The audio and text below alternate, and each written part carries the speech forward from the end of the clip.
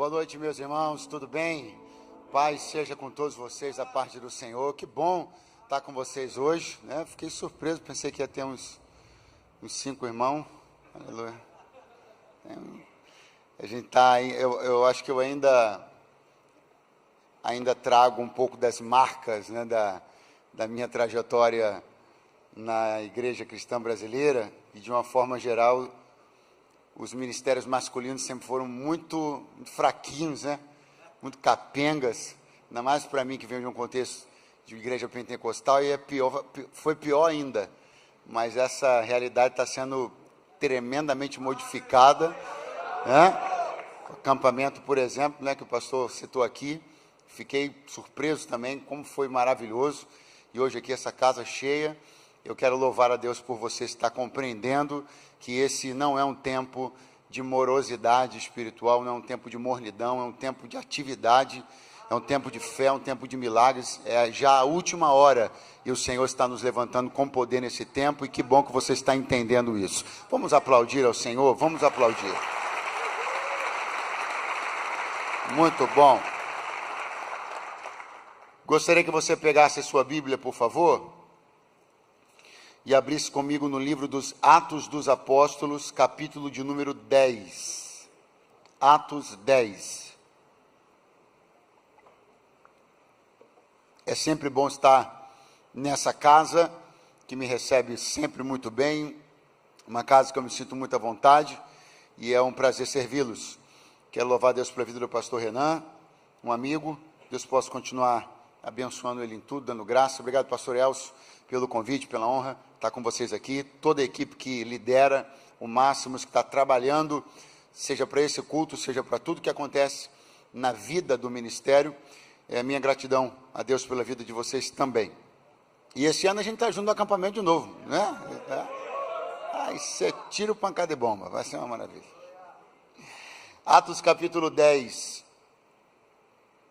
está escrito: e havia em Cesareia um varão por nome Cornélio, centurião da corte chamada Italiana, piedoso e temente a Deus com toda a sua casa, o qual fazia muitas ofertas ao povo, e de contínuo orava a Deus. Este, quase à hora 9 do dia, viu claramente numa visão um anjo de Deus que se dirigia para ele e dizia: Cornélio. Este, fixando os olhos nele, muito atemorizado, disse: que é, Senhor? E o anjo lhe disse: as tuas orações e as tuas ofertas têm subido para a memória diante de Deus. Agora, pois, envia homens a Jope e manda chamar a Simão, que tem por sobrenome Pedro.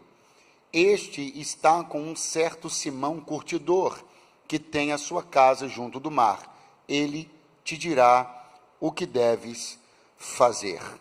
Quantos podem dizer amém? E quantos podem dizer graças a Deus? Nós até podemos voltar atrás em algum compromisso, não que devamos, mas até podemos.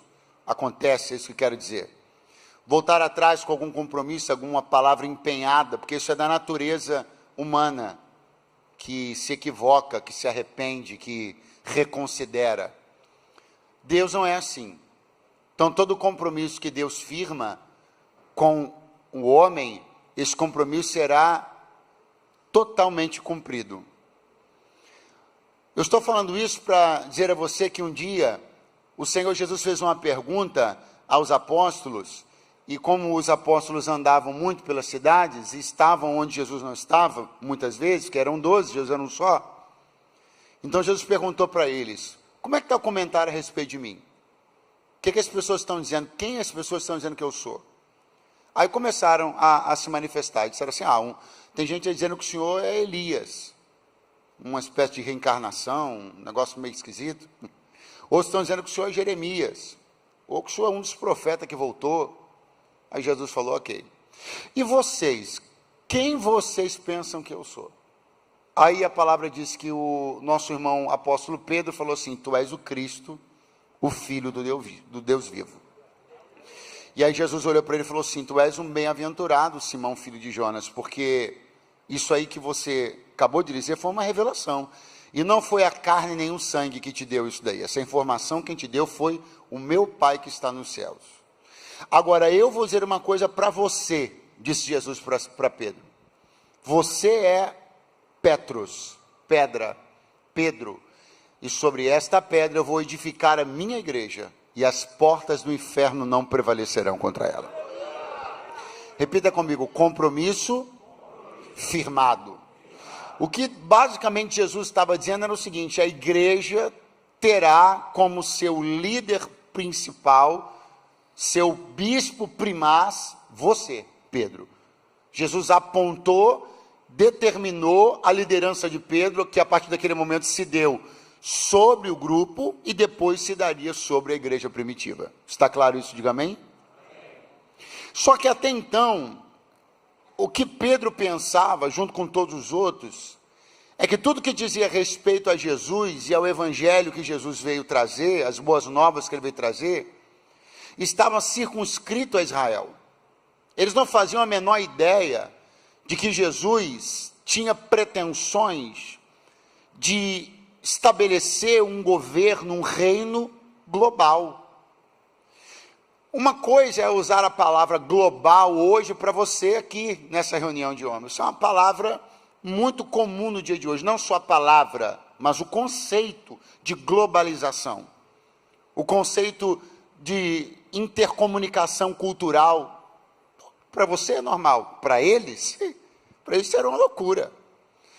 Eles eram por eles, olhando para eles, a respeito deles. Não fazia o menor sentido para nenhum deles, sobretudo para Pedro, pensar que aquela pérola, que aquela graça, que aquele evangelho que Jesus estava trazendo, seria oferecido a pessoas de nações diferentes, que não tinham parte no sangue de Abraão, não eram judeus. Isso não fazia sentido. Só que agora Jesus está começando a ensaiar, tenha paciência, a gente está construindo um caminho aqui, é importante. Só que agora Jesus começa a ensaiar essa movimentação e começa a dizer e a fazer coisas que sugerem que ele tem um plano global. Jesus vai fazer isso, por exemplo, quando ele atravessa a faixa do limite da Palestina e vai na terra de Tiro e Sidom, que é no território estrangeiro. Jesus vai fazer isso quando ele entra em Samaria e para conversar com uma mulher samaritana. Embora Samaria estivesse dentro da geografia da Terra Santa, era um terreno e uma gente evitada e desprezada, porque tinham contaminado seu sangue com os assírios séculos atrás, com os sírios séculos atrás. Então não faz muito sentido para eles nada disso, mas Jesus está começando a construir esse caminho, começando a agir de maneira com que eles possam entender que a coisa é maior do que eles pensam que é. Ela não é restrita à cultura que eles conhecem, não é bairrista, não é pequena, não é tacanha, é global. Só que agora Jesus não está mais na terra, e como ele disse, aconteceu. O apóstolo Pedro é o pastor principal da igreja. E agora que Jesus quer salvar e avivar o mundo inteiro e o Pedro é bairrista. E agora que Jesus quer salvar e avivar o mundo inteiro e o Pedro tem uma culturalidade completamente voltada para dentro de Israel. Ele não consegue compreender nada fora disso. Pastor, fácil. Eu já ouvi falar na Bíblia de um homem chamado Paulo, e eu ouvi dizer que esse cara era poliglota. Ouviu bem. Eu ouvi dizer que esse cara era cidadão romano. Ouviu bem. Ele tinha trânsito entre os gregos. Ouviu muito bem. Então é fácil. Tira o Pedro, que não tem condições de acomodar o tamanho do projeto que Jesus tem, bota o Paulo no lugar dele. Ainda bem que Deus não se orienta pelas suas ideias. Senão você não estava sentado aí hoje, eu não estava aqui hoje. Porque se Deus fosse orientar pela minha capacidade de acomodar o tamanho do plano dele, sem se dar o trabalho de expandir a minha mente e a minha visão, nenhum de nós estaria hoje aqui. Mas eu quero começar a dar graças a Deus, porque para você, numa visão corporativa, pode ser muito fácil. Se alguém não está dando conta do seu projeto de expansão, tira ele e coloca alguém com a cabeça mais globalista, mais globalizada. Mas Deus não é assim. Jesus não foi assim com Pedro, ele não é assim comigo, não é assim com você. Em vez de substituir você, ele vai modificar você. É isso que vai acontecer. Quantos estão por aí? Digam graças a Deus essa noite. Se você tem uma cabeça desse tamanho, um plano desse tamanho, você tem duas opções. Ou você diminui o plano para caber na cabeça, ou você aumenta a cabeça para acomodar o plano. O que você acha que Deus costuma fazer? Diminuir planos para caber na nossa cabeça? Ou expandir a nossa cabeça para acomodar o tamanho do seu plano? Eu vim de Deus aqui liberar uma palavra nessa noite, quinta-feira. Algumas coisas que Deus tem não cabem no tamanho da visão que você tem hoje. Algumas coisas que Deus tem não cabem em alguns tipos de sentimento que ainda visitam o seu coração hoje. Algumas coisas que Deus tem para fazer em você e através de você ainda não cabem numa mentalidade que talvez você tenha cultivado em função de tantas coisas que você viu e ouviu, talvez até na igreja evangélica ao longo dos últimos anos, talvez em outras experiências religiosas que você teve ao longo dos anos, talvez até numa mentalidade ateísta que você teve durante tantos anos. Mas eu quero liberar de Deus uma palavra. Ele não vai descartar você, Ele comprometeu-se com você, Ele acredita em você, Ele tem um futuro para você, não é outro, é você. Ele não errou quando escolheu você. Pode parecer que nada está fazendo sentido agora, mas daqui a pouco você estará pronto para executar toda a boa, perfeita e agradável vontade de Deus. Graças a Deus.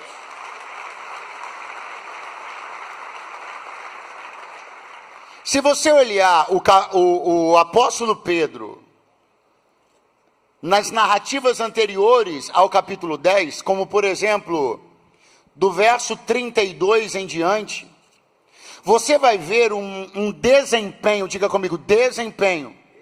Você vai ver uma performance, diga performance, que olhando você jamais diria que Pedro necessitaria de algum tipo de tratamento do Espírito Santo. Para você ter uma ideia, o Pedro estava numa moral, numa pegada espiritual, mais ou menos assim. Ele passa por um camarada chamado Enéas, o camarada está coxo, entrevado há décadas. Ele olha para Enéas e fala assim: ô Enéas, Jesus Cristo te dá saúde. O cara levanta e começa a andar. Eu acho que você anda vendo isso todo dia, né? Vou tentar de novo. Ele passa pelo Enéas, entrevado há décadas, fala para ele: Enéas, Jesus Cristo te dá saúde. Ele levanta e começa a andar. Aí morre uma irmã da igreja, uma irmã crente, uma irmã que todo mundo gostava. Aí o pessoal começou a preparar o enterro. Aí disseram: não enterra não. Terra não, que eu fiquei sabendo que o nosso irmão Pedro está aí perto. Você pensa uma coisa dessa? Aí vem o irmão Pedro e fala assim: botaram onde? Ah, está lá no quarto de cima. Ele sobe, pega na mão dela, fala com ela, ora por ela, a mulher levanta, ressuscita dentre os mortos. Irmão, você olhando um homem desse, você diria que um homem desse precisaria se matricular em algum tipo de escolinha do Espírito Santo, sim ou não? Você olhando um camarada que bota a gente entrevada para andar, bota a gente morta para ressuscitar, você acha que uma pessoa como essa precisaria de algum tipo de treinamento, sim ou não? Não. Porque quando você olha uma pessoa executando o seu trabalho, você olha as mãos. Quando você olha uma pessoa caminhando, você olha os pés. Mas Deus não estava olhando a celeridade dos pés de Pedro, nem a habilidade das mãos dele. Deus ainda enxergava um coração duro que precisava ser quebrado. E o que eu preciso dizer a você é que o quão rápido você corre com as pernas, ou quão hábil você é com as mãos, não impressiona a Deus. Se o seu coração não estiver alinhado ainda ao dele, você vai ser matriculado, ainda que não queira, na escolinha do Espírito Santo. Foi o que aconteceu com o apóstolo Pedro. Esse lugar, esse endereço que você leu comigo, que o anjo falou para Cornélio, de quem eu já vou falar daqui a pouco melhor, aonde ele deveria procurar Pedro, esse é o lugar que eu estou carinhosamente chamando de escolinha. Mas não, você não vai ler o nome escola na Bíblia. Você vai ler que Pedro estava hospedado, eu disse que ele estava na casa de um homem, de nome Simão, cuja profissão era curtidor de couro, só que isso era uma escola disfarçada. Porque Deus trabalha muito com escolas disfarçadas. Porque se tiver placa de escola, você não entra. Se tiver matricule-se já, você acha que não precisa. Se está escrito vagas para pregadores de coração duro, eu não vou entrar. Se está escrito vagas para gente hábil com as mãos e ruim de coração, eu vou dizer que não é para mim. O glória a Deus sumiu, aleluia, desapareceu. Então as escolas de Deus não têm fachada, não tem letreiro. As escolas de Deus se escondem atrás de casas comuns, circunstâncias comuns, negócios do dia a dia, são momentos em que eu e você estamos vivendo, achando que são momentos comuns, mas nós estamos sentados na cadeira, o Espírito Santo está no quadro, e nós estamos tomando lições que vão mudar a nossa vida e o nosso ministério. Comumente, por exemplo, nós chegamos num determinado lugar, numa determinada circunstância, com a maior cara de professor, sem saber que a gente está como aluno. A gente às vezes chega em alguns lugares ou circunstâncias achando que a gente vai para dar show, mas quem recebe o show somos nós. Quem aqui já não se surpreendeu pensando que estava indo ensinar? E quem você achou que era o aluno, era o professor, e você saiu aprendendo mais do que jamais imaginou que poderia. Quem aqui já nunca achou que iria conversar com uma pessoa, por exemplo, doente? Vou lá visitar o fulano, vou lá para encorajar ele. Quando chega lá, ele está sentado na cama, com a cara boa, te olhando, os exames tudo ruim, cara condenado à morte. Cara olhando para você, dizendo, meu irmão, que bom te ver aqui hoje. Ó, Deus é fiel, hein, cara. Deus é bom em todo tempo. Você, meu cara, Deus é bom em todo tempo. Achou que ia lá para consolar, saiu consolado. Nesses cenários onde nós, dentro da nossa perspectiva de posição, porque eu sou o líder, porque eu sou o gestor, porque eu tenho um negócio, ou porque eu tenho um ministério, ou porque eu tenho um homem de fé, sou um homem de fé, então eu entro em alguns cenários pensando, vou ensinar. Aí Deus disse que nada, você veio foi para aprender. Foi assim que Pedro entrou para ser hóspede na casa de um camarada chamado Simão, cuja profissão era curtidor de couro. Pastor, mas por que esse lugar era tão especial e tornou-se uma escola para Pedro? Porque, primeiro, esse era um lugar que os judeus mais tradicionais e ortodoxos, como Pedro sempre foi, jamais aceitariam se hospedar. A verdade é que, ao aceitar se hospedar na casa de Simão, curtidor de couro, Pedro já estava demonstrando uma flexibilidade e uma abertura. A verdade é que ele já está melhor nesse momento do que jamais foi. E eu quero te dar uma notícia. Você está melhor neste momento do que jamais foi. Algumas mudanças já aconteceram na sua vida. Coisas para as quais você jamais se abriria, você tem se aberto ultimamente. Coisas que você jamais aceitaria, que anteriormente você jamais aceitaria, você já consegue aceitar e compreender agora. Ainda que você não esteja enxergando, acredite no que eu estou te dizendo, está fazendo efeito a obra do Espírito Santo dia após dia na sua vida. Você está melhor hoje do que jamais esteve.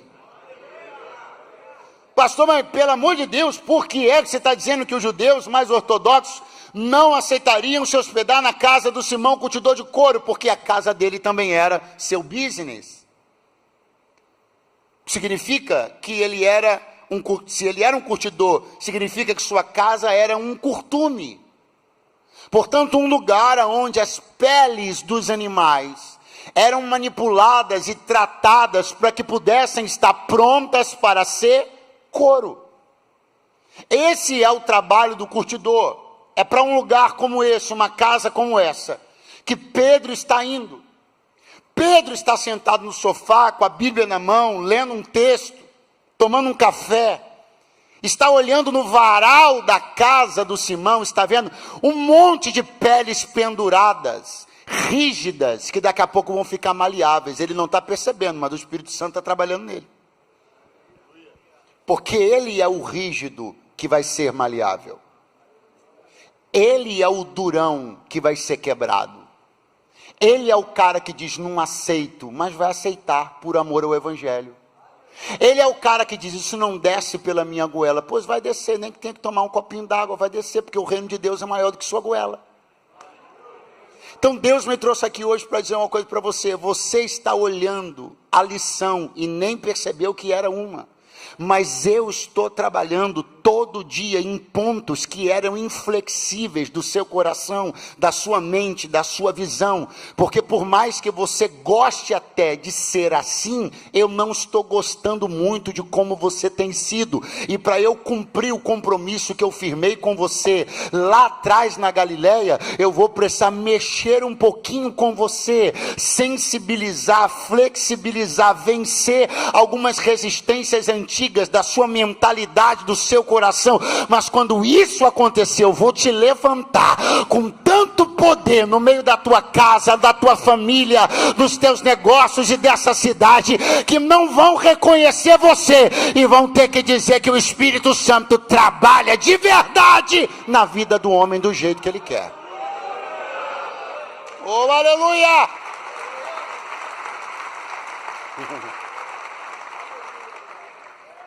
Bom com as mãos, rápido com os pés, ruim de coração. Não aceita quem Deus aceita, torce o nariz para quem Deus aceita, tenta achar defeitos étnicos, culturais, financeiros nas pessoas para desmerecê-las, descaracterizá-las como dignas de estar aqui. Esse era o irmão Pedro. Bom com as mãos, bom com os pés, durão de coração. Levanta paralítico, ressuscita mortos e não quer entrar na casa de alguns irmãos da igreja. Se levantar agora vai ficar chato a beça. Hábil, poderoso, performático, mas ruim de coração. Performático, hábil, poderoso, célere com os pés, hábil com as mãos, mas não vai aqui, não vai ali, não, esse daí eu conheço ele de outros carnavais. Pois é. Essa aí é a maravilha do que é a igreja de Jesus. Você vai sentar do lado de quem você conheceu em outros carnavais e vão pular junto no trio aqui, Pai, Filho e Espírito Santo, aleluia. A graça do evangelho é uns irmãos que são policiais, olhar e dizer assim, já enquadrei aquele vagabundo ali. Eu lembro daquele vagabundo ali, enquadrei, me deu trabalho, correu que só era, corria, falou que era matador, é ele mesmo que agora tu vai trocar o cálice com ele, vai dizer, tu é meu irmão em Cristo Jesus. É isso que é a beleza do evangelho, os encontros improváveis, porque todos nós somos salvos pelo mesmo sangue, uma só fé, um só batismo e um só Senhor. Quem tem coragem para dar glória a Deus numa hora dessa? Uma só fé, um só batismo e um só Senhor. É isso aí.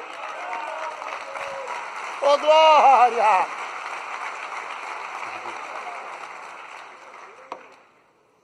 Deus mandou um anjo na casa de um camarada chamado Cornélio. Diga comigo, estrangeiro. Então esse é o tipo de gente para quem nosso irmão Pedro torce o nariz. O negócio aqui é com a minha galera, com a minha turma, minha confraria, minha rapaziada. Esse negócio de estrangeiro, o negócio é esse. Mas o cara era crente. É estrangeiro, mas orava, ofertava, ajudava a comunidade. Aí o anjo foi lá na casa dele. Eu disse quem foi lá? Eu não disse que o demônio foi lá. Eu disse que um anjo foi lá. Quem foi? Aí o Espírito Santo já tinha botado na agenda assim, ó, vou lá também dia tal, para batizar todo mundo. Então vamos lá, um anjo já tinha ido, o Espírito Santo já tinha agenda. Quando Pedro chegou na casa, sabe o que Pedro falou? Bom, vocês sabem que na verdade não é conveniente para mim estar aqui. Quer dizer que um anjo vai, o Espírito Santo também, e você é tão gostoso. O anjo vai, o Espírito Santo também, mas você é tão santo, você é tão bom, que para você não é conveniente. Então você tem coragem de dizer que não é conveniente você estar aonde o Espírito Santo vai, então por acaso você está se achando mais santo do que ele?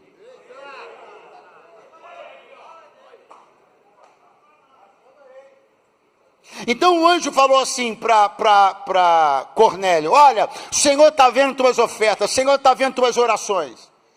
E ele quer fazer um negócio na tua casa.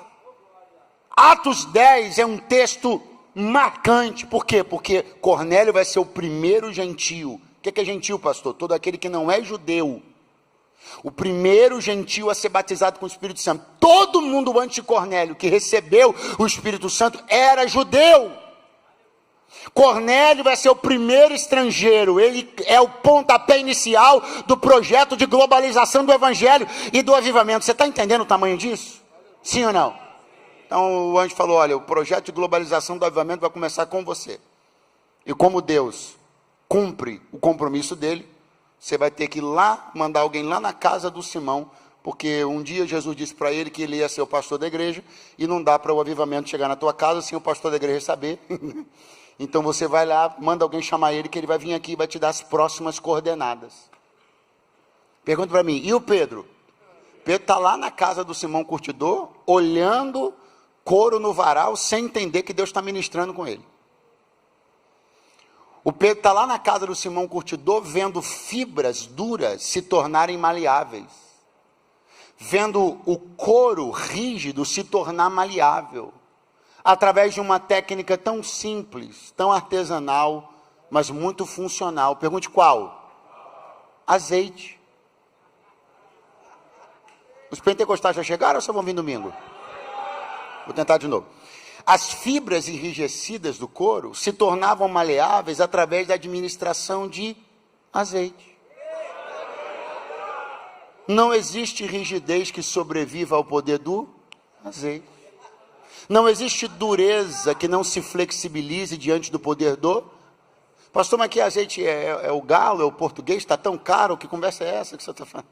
Não, o azeite é um símbolo legítimo, bíblico, do Espírito Santo, da unção do Espírito Santo. Então eu quero dar uma palavra de esperança para você que tem um pai, um irmão, um amigo, um colega, um patrão, que você enxerga como uma pessoa tão dura e tão rígida, que todo mundo já tentou abordá-lo, mas ele parece inacessível, todo mundo já tentou falar com ele está fechado num casulo que impenetrável. A unção do Espírito Santo quebra qualquer rigidez.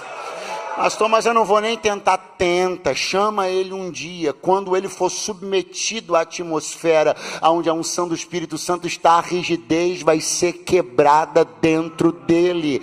Eu sou a única pessoa presente aqui, ou tem mais alguém que já viu gente dura ser quebrada pela unção do Espírito Santo? Eu sou a única pessoa aqui que já testemunhou pelo menos uma pessoa rígida, dura, inflexível, que não derramava lágrima por nada, que não chorou nem sepultamento de pai e mãe, mas na presença de Deus ser quebrantado. Mas alguém já viu isso? Por favor, levante a mão e diga graças a Deus. A unção do Espírito Santo faz aquilo que a sua retórica não faz. Pastor, você não está entendendo, eu já sentei, já falei, mas não é você. A unção do Espírito Santo faz o que a sua retórica não faz. Pastor, mas eu fiz um curso e eu sei, eu li um livro como influenciar pessoas, eu fiz uma imersão, eu fui no treinamento do coach e tal. Beleza, não estou falando que é ruim, só estou te falando que tem coisa mais forte que isso aí, irmão. Tem hora que você aplica técnica, que você usa M disso, X daquilo, Z daquilo outro, entra na mente do cara, faz ele fica hipnotizado e volta pior do que estava antes.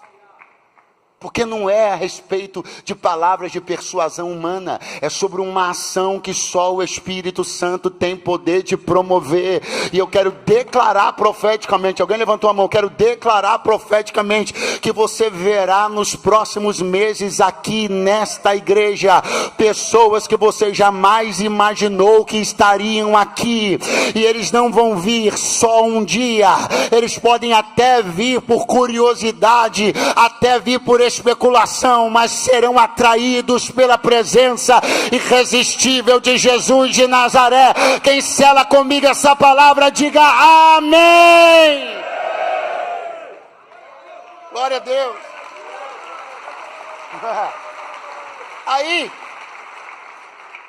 Aí o anjo falou, então você vai fazer isso, você vai mandar chamar o Pedro. E o nosso irmão Pedro está lá na hospedagem, sem ter a menor ideia de que um anjo do Senhor resolveu visitar um estrangeiro, fez uma promessa para o estrangeiro e botou o Pedro no meio sem avisar. Só que tem uma coisa, meu irmão, o que Deus fez com Pedro não foi dar ele trabalho, não foi dar ele tarefa, foi dar ele a honra de fazer um projeto conjunto com Deus. Uma coisa são as pessoas serem chatas com você. Uma outra coisa é quando Deus manda alguém bater na sua porta. Eu sei que tem gente aqui que se sente para-raio de problema. Deve ser muito ruim, deve ser ruim isso, deve ser chato isso. Mas quando Deus elege você como alguém que tem palavras de solução, é normal que as pessoas batam na sua porta procurando você, que elas abordem você. E em vez de você resistir a isso e achar isso uma coisa tão desagradável, que tal você começar a entender que Deus está te chamando para fazer coisas em parceria com Ele? Porque eu não sei se você consegue compreender o peso do que é Deus. Olhar para um homem e dizer assim, manda chamar Pedro, 3 dias de viagem. Você acha que não tinha um crente mais perto? Você acha que não tinha um homem de Deus mais perto? 3 dias andando a pé, até chegar onde Pedro estava. Então isso não é incômodo, isso é a honra de Deus fazer questão de mim.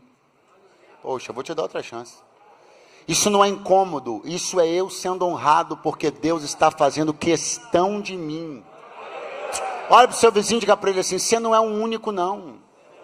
Mas Deus está fazendo questão de você, mandou te chamar em casa, traçou um plano para te atrair, tem te chamado, tem fechado até algumas portas para você tomar visão de algumas coisas que você não estava enxergando. Isso deveria ser razão de eu e você estarmos tremendamente satisfeitos. Afinal, Ele poderia ter mandado um anjo, afinal Ele poderia ter mandado qualquer outra pessoa, mas Ele decidiu mandar me chamar em casa, porque Ele faz questão que eu esteja com Ele nisso. Olha para mim. Quando o avivamento, quando o Espírito Santo foi derramado em Atos 2, a igreja estava reunida num cenáculo. Eu vou narrar o texto para vocês. Atos 2. E cumprindo-se o dia de Pentecostes, estavam todos reunidos no mesmo lugar. E de repente, veio do céu um som como de um vento veemente e impetuoso, encheu toda a casa. E foram vistas sobre eles línguas repartidas como de fogo. Espera aí. Quem foi que ministrou batismo no Espírito Santo sobre os 120 crentes da igreja de Jerusalém? Ninguém. Quem foi que botou a mão na cabeça de quem? Ninguém. A Bíblia diz que veio assim, um som como de um vento, veemente impetuoso, encheu toda a casa, as línguas começaram assim, pum, pum, pum, pum, pum, pum, pum, pum. Então, espera aí. Alguém botou a mão na cabeça de alguém? Sim ou não? Então, Deus pode batizar no Espírito Santo sem que homens ponham a mão na cabeça de alguém? Sim ou não? Sim ou não? Então você entende que Deus poderia ter feito sozinho a obra na casa de Cornélio? O mesmo som que veio em Atos 2 poderia vir em Atos 10. Só que Deus decidiu não usar mais o som, usar os homens. Então o que Deus está fazendo comigo, com você, é te dizer o seguinte: eu tenho todos os recursos à minha disposição, mas ainda assim eu escolhi fazer através de você. Os homens estão caminhando, e Pedro não está sabendo o que está para acontecer. Até que a Bíblia diz uma coisa, e eu começo a encerrar agora, chamo toda a sua atenção, porque está escrito assim: e tendo fome, tem alguém com fome? E tendo fome, quis comer. Enquanto lhe preparavam, subiu ao terraço para orar. Vou repetir. E tendo fome, quis comer. E enquanto lhe preparavam, subiu ao terraço para orar. Agora eu vou te adiantar o trabalho. Sabe o que aconteceu nessa subida? Pedro recebeu a visão que mudou a vida e o ministério dele. Vou repetir. Sabe o que aconteceu nessa subida para o terraço? Pedro recebeu uma visão que mudou a vida e o ministério dele. Quem diz amém? Quem diz amém? A maior visão ministerial de Pedro ele recebeu quando subiu ao terraço para orar, nesse dia, em Atos 10. Só que tudo isso só aconteceu por causa do que eu acabei de falar agora e você não percebeu. Ele estava com e quis com, mas a comida não estava? Ainda bem. Ainda bem que aquele almoço não saiu na hora que você queria. Ainda bem que aquela porta não abriu na hora que você queria. Ainda bem que Deus atrasou de propósito a refeição que te satisfaria e te tiraria do lugar da oração. Eu quero chamar a sua atenção para a água essa noite aqui.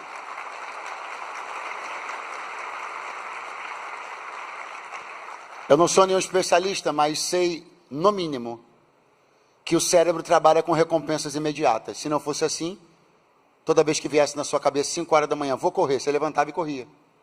Só que a recompensa mais imediata que você tem é o edredom te aconchegando, o ar-condicionado geladinho. Você não consegue, o seu cérebro não consegue dizer tudo que você vai sentir e ter como benefício através daquela corrida. Então você opta, pelo menos muitos, né?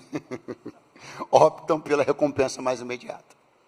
Então, orientando-se por essa questão fisiológica, Se a comida estivesse pronta na hora que Pedro estava com fome, eu te pergunto, ele ia para a mesa do almoço ou para a mesa da oração? Então você está entendendo por que Deus atrasa alguns almoços? Você andou atribuindo ao diabo coisas que não teve nada a ver com o diabo. Quem soprou o fogo do fogão para o almoço atrasar tem nome: Jesus de Nazaré. Ele me trouxe para te dizer que o que andou acontecendo, que pareceu te atrapalhar, foi ele que fez. E não foi para te atrapalhar não, foi para salvar a sua vida. Porque existe um lugar que você precisa estar em Deus. E se você tivesse atendida a sua demanda na hora que você queria, você não teria ido para esse lugar. Pastor, eu iria. Não iria. Não, pastor. Que isso? A oração não vai. Você vai encher sua barriga. Porque você está com fome. Você tem uma demanda. Você quer oferta. Você tem uma lacuna. Você quer preencher. Então Deus precisa agir assim. Ele precisa paralisar alguns processos. Porque se continuar, eu vou cada vez me afastando mais daquele lugar onde a visão que muda a minha vida está me esperando. Porque o almoço vai matar a tua fome, mas a visão vai transformar a tua vida. O que o Senhor me trouxe aqui para dizer é o seguinte: fui eu. Olha para o teu vizinho, me ajuda a pregar e diga: eu tenho uma palavra de Deus para você. Fala para ele. Deus mandou te dizer que foi ele mesmo andou atrasando o andamento de algumas coisas, ele mesmo andou fechando algumas portas, ele mesmo, para que você estivesse aqui hoje, andou trabalhando para que você não tivesse algumas demandas ou necessidades supridas tão imediatamente, porque isso tiraria de você tempo e energia que você precisa dedicar para receber a visão que vai mudar a sua vida para sempre.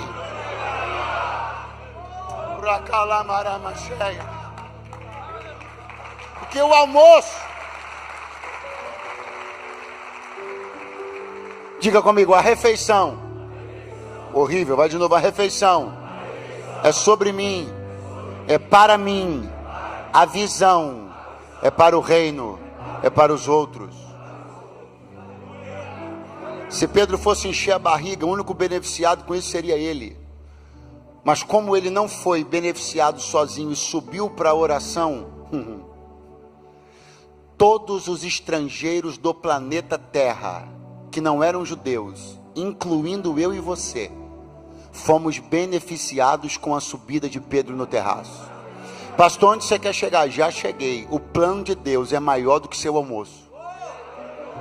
O plano de Deus é maior do que a demanda que você quer que seja suprido agora. O plano de Deus é maior do que aquilo que você quer para atender sua necessidade pessoal, particular e vaidosa. Deus me trouxe para dizer: eu amo você, mas minha agenda é maior do que a sua. Então, na hora de escolher entre a sua agenda particular e a minha agenda, eu vou permanecer sendo fiel à minha palavra e à minha agenda.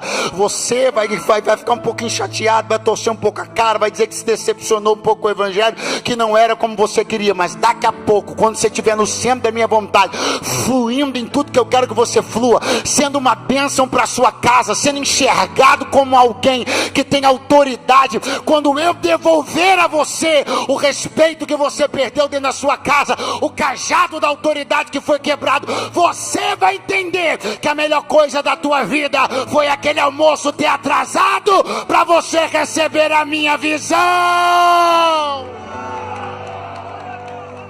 Oh, glória!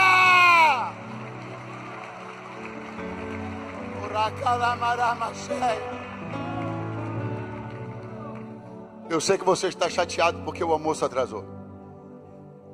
Sei que você está chateado porque a promoção que te foi prometida não saiu.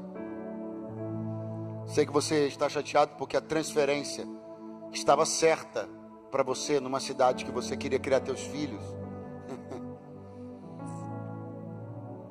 não saiu. Eu sei que você está chateado com isso. Eu não venho aqui brincar com a sua chateação. Eu também fico chateado quando coisas que eu esperava, quando minha fome não é matada, não é morta. Eu também fico chateado quando meus desejos não são cumpridos, quando eu quero almoçar e está atrasado. Mas quando eu começo a sentir o cheirinho da refeição no andar de cima, E quando eu começo a subir, achando que vai ser só mais uma oração, e Deus começa a dilatar a minha mente, quebrantar o meu coração, e me revelar que o que está por vir é muito maior do que aquele prato de comida lá embaixo.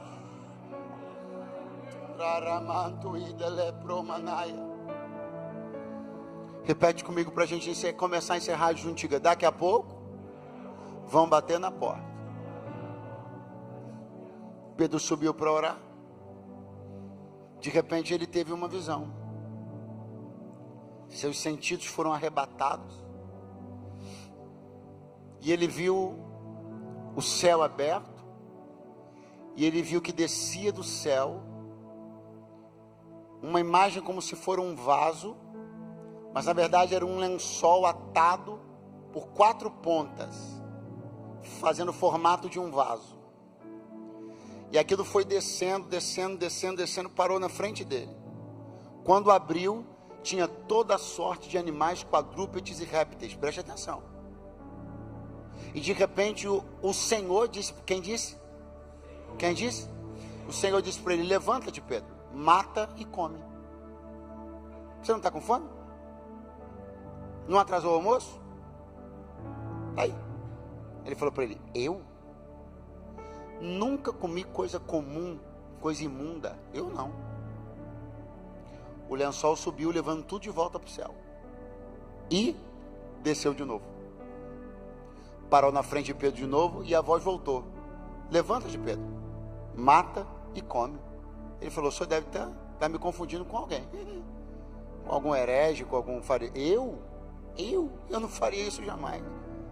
Que é isso, Senhor? O senhor me mandando fazer uma coisa esquisita dessa? Tá bom. O lençol subiu de novo. Nós estamos em quantas vezes? Quantas vezes? Daqui a pouco o lençol desce pela 3ª vez. De novo, tudo aquilo que a religiosidade de Pedro repudiava, e a voz de Jesus dizendo para ele: aceita. Isso é maior do que você. Isso é maior do que sua cultura. Isso é maior do que seus costumes. Você precisa aceitar quem eu quero que você aceite.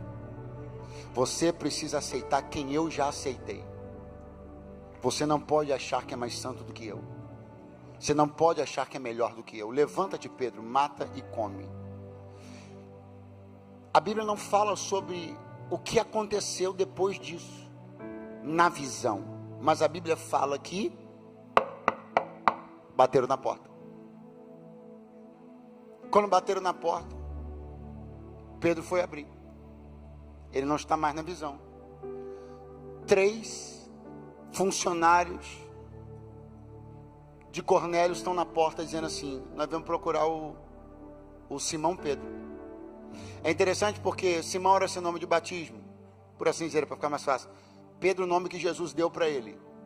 Então Simão é uma velha identidade, Pedro é uma nova identidade. Quando foram bater na porta dele, perguntaram assim: aqui é a casa do Simão Pedro? Usaram os 2 nomes, da velha identidade e da nova identidade. E ele entendeu que o Senhor estava dizendo para ele: se você bater a porta na cara deles, você volta a ser Simão. Se você abrir a porta e for, você continua sendo Pedro. Aí, ele diz assim: sou eu. Aí eles contam a história: nosso patrão mandou vir aqui, porque o anjo apareceu, pererê, o senhor pode ir com a gente? Ele falou assim: eu vou. Pastor, o que é que você quer dizer? Quero dizer uma coisa muito simples. Você faz ideia como é que a visão terminou? Você consegue compreender que o lençol desceu pela 3ª vez e não foi rejeitado pela 3ª vez? Deus falou pela 3ª vez e Pedro ouviu pela 3ª vez e acatou na 3ª vez.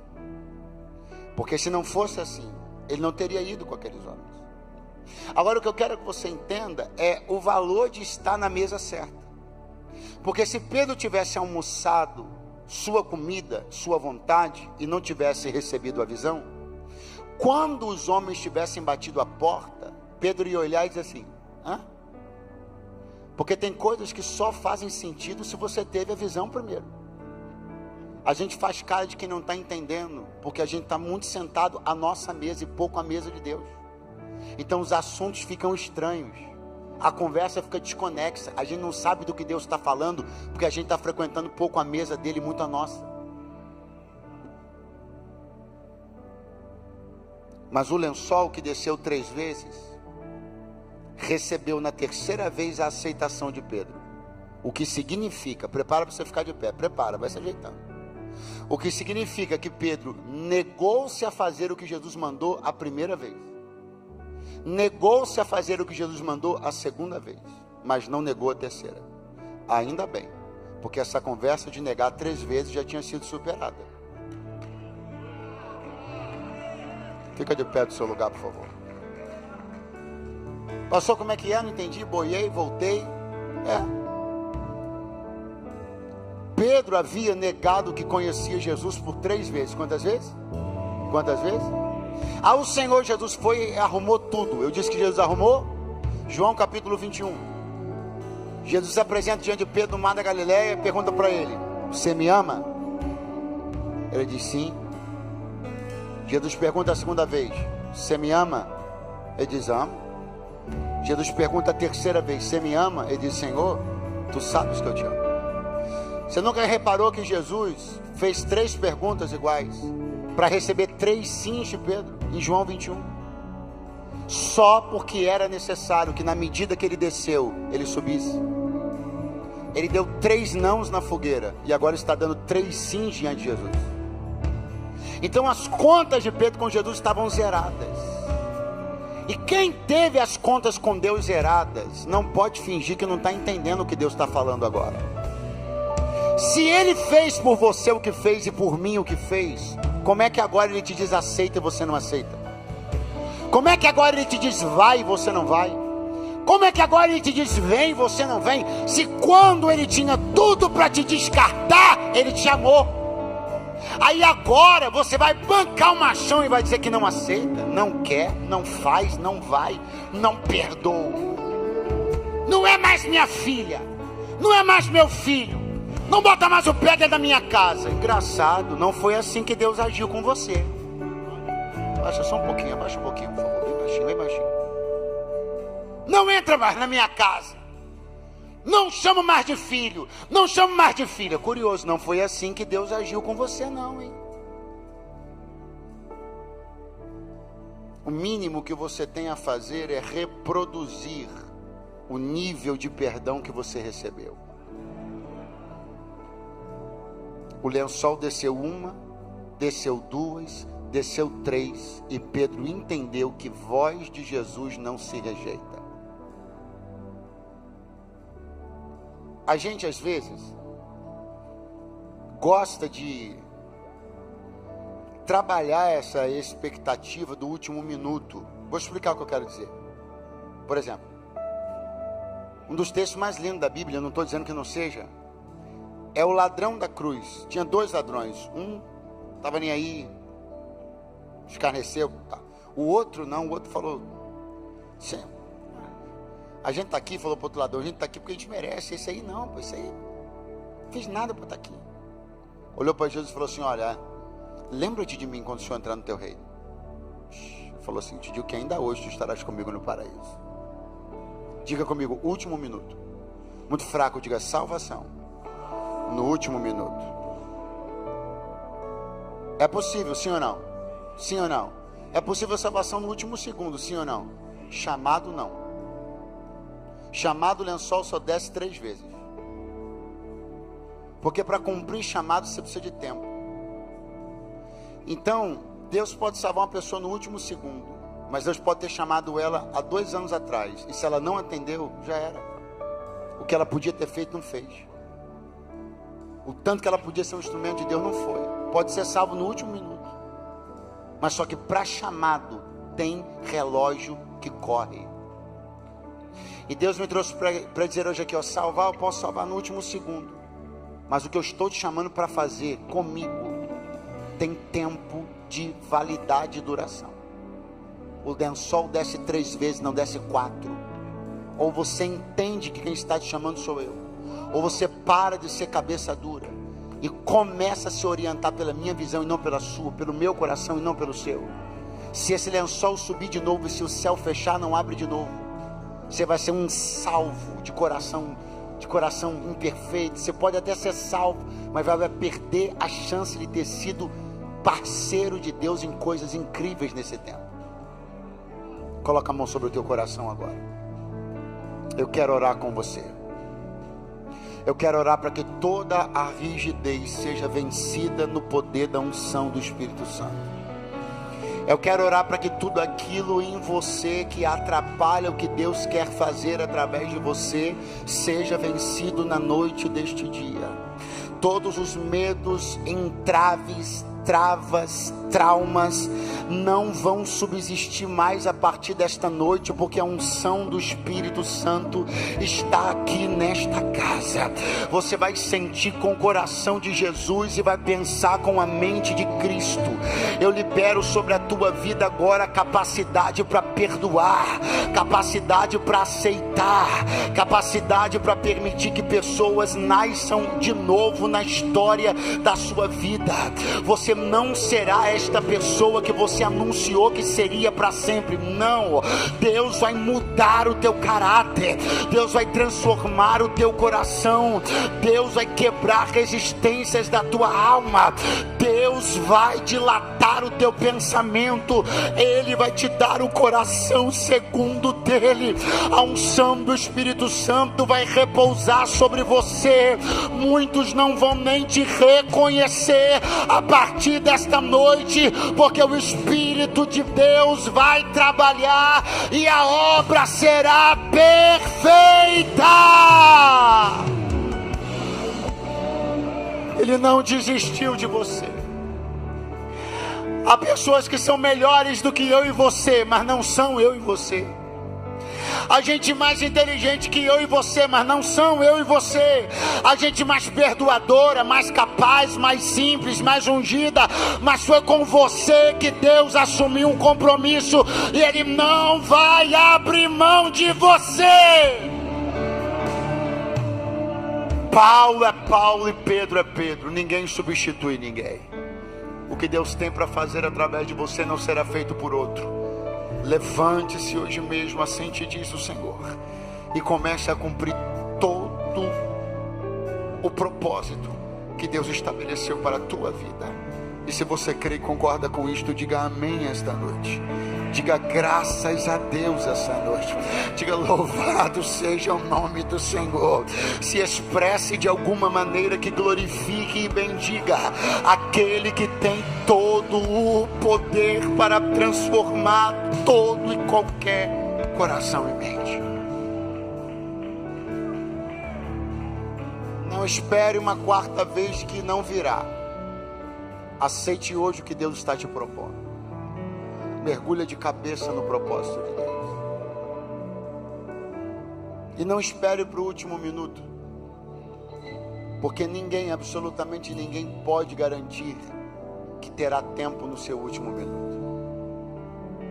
E ainda que tenha, terá perdido o privilégio de viver uma vida extraordinária ao lado do Senhor e no meio de sua igreja.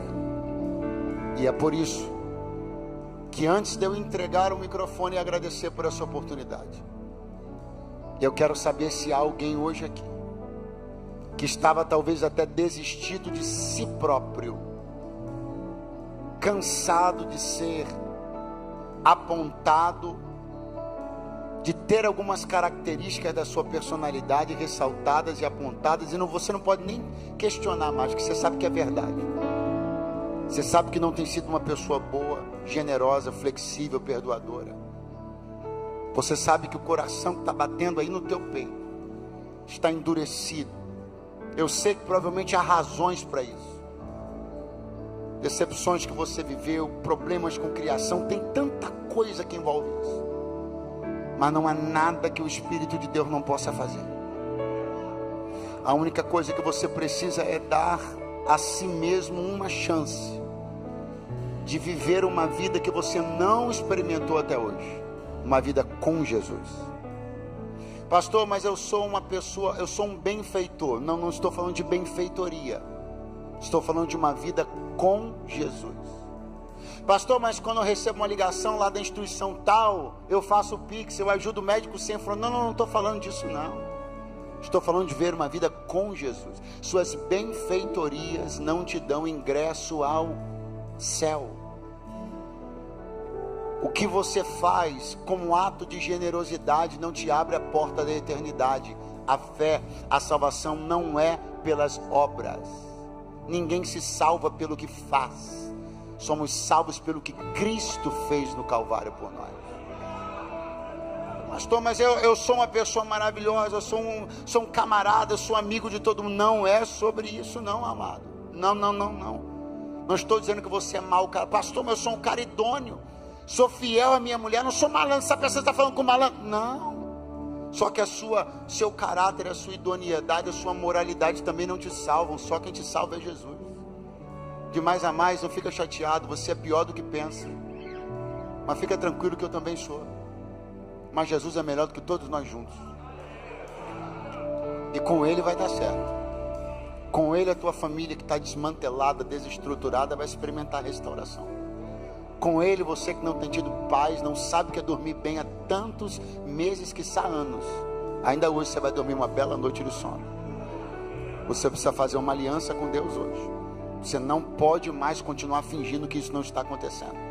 Deus está chamando você. E a Bíblia diz: se ouvirdes a voz do Senhor teu Deus, não endureçais o vosso coração.